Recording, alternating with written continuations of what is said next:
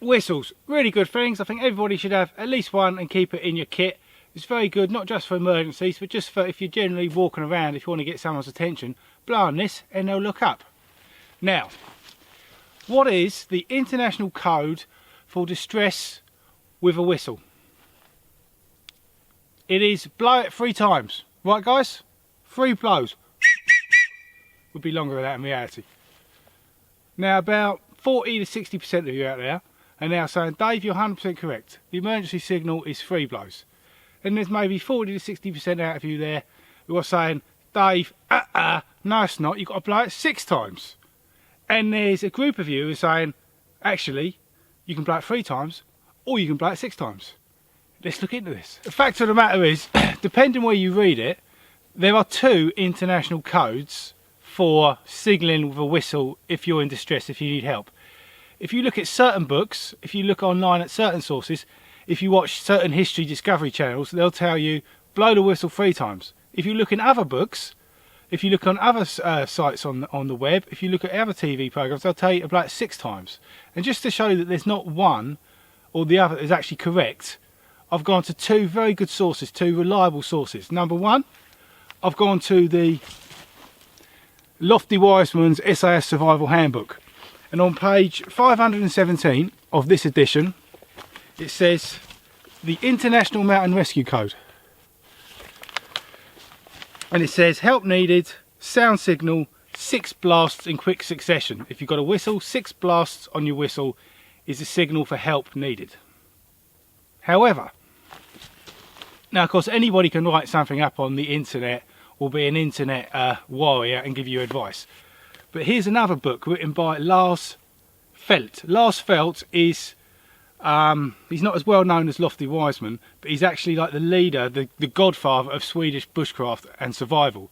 He's been in the Swedish army, he's brought the Swedish techniques of bushcraft up to the forefront. He's actually trained many special forces teams around the world. You may have also seen him in several Ray Mears episodes, and he's like Ray Mears' mentor. A very reliable guy, not a fly-by-night, a guy who's been doing this for 40, 50 years. I've actually met him. Fantastic guy if you ever get the chance to meet him. And in his book, totally reliable, he says the emergency signal is 3 blasts on the whistle. So what are you going to do? I've looked around in other places. On the UK Mountain Rescue site, it says 6 blasts on the whistle is the emergency signal. I've gone to the Alpine Mountain Rescue information site online for the European Alps. There they say 6 blasts is correct. But I've gone to another source. I've gone to the Scouts Handbook of the United States actually, and there they say the emergency signal is 3 blasts on a whistle. So this is my question. What do you use? What have you learned as the emergency signal on a whistle? Which one do you think is most useful? And which one do you think is most applicable around the world? As far as I'm concerned, if I do get in an emergency and I'm blowing my whistle, I'm going to be blowing it like Billy O, 6 times, 3 times, probably a few thousand times. It's not going to make a big difference. And I think that goes for anybody who actually gets in an emergency. You're just going to be blowing that damn whistle as much as you can. So I've got a couple of personal theories on this. What is the difference between 3 and 6 blasts?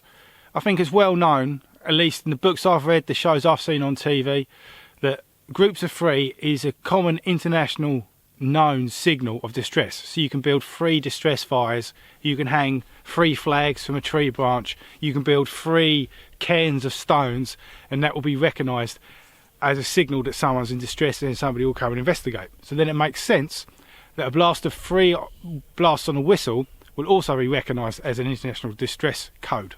But then we get to why 6 blasts, and it seems to me that from reading around, it's the common actually mountainous regions which are using 6 blasts on a whistle.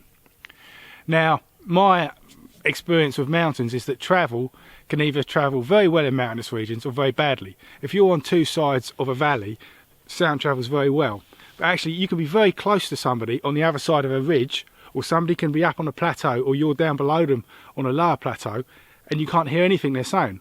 So there, for me, it makes sense to actually make it 6 blasts.